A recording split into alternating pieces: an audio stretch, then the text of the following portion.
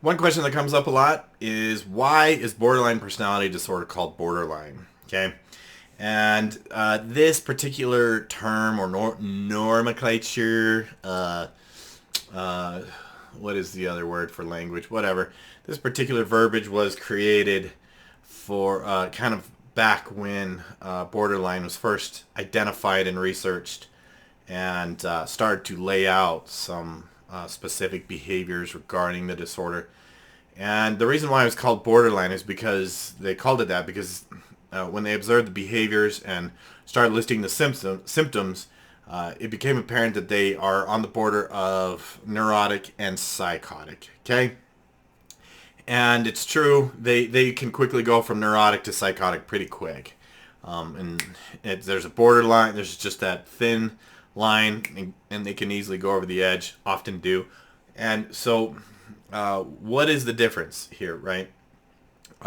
Neurotic tends to refer to, the volatility, the stability, the unpredictability of a person's behavior.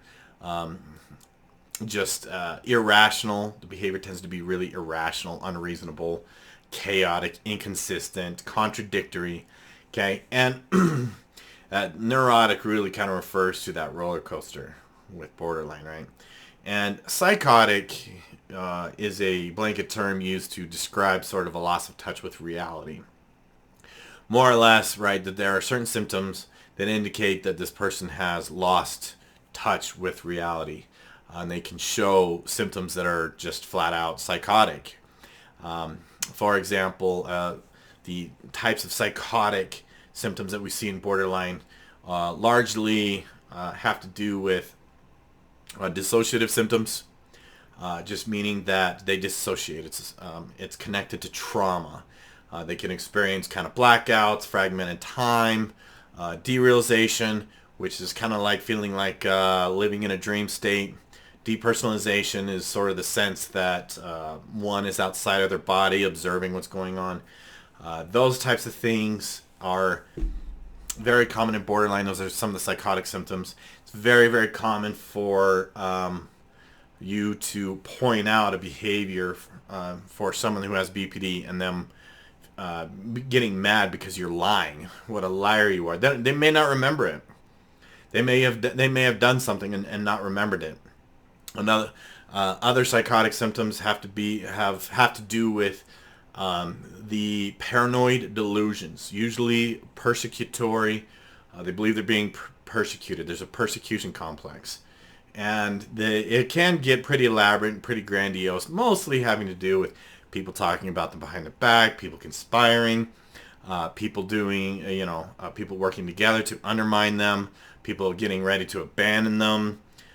Those types of things, okay? And so those are kind of the psychotic symptoms that we see with BPD or borderline.